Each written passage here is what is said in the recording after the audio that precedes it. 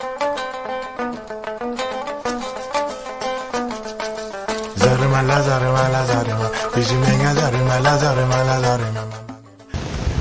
up, everybody? Afia Khalia. I'm out here in Accra, Ghana, and I'm sharing with you my repatriation story.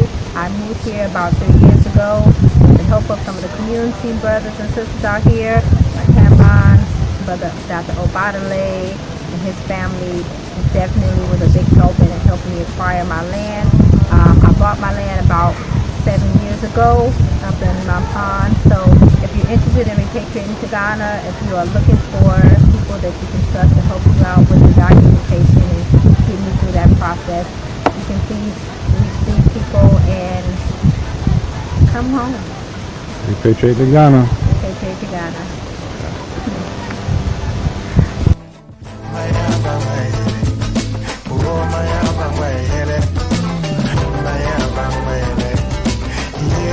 My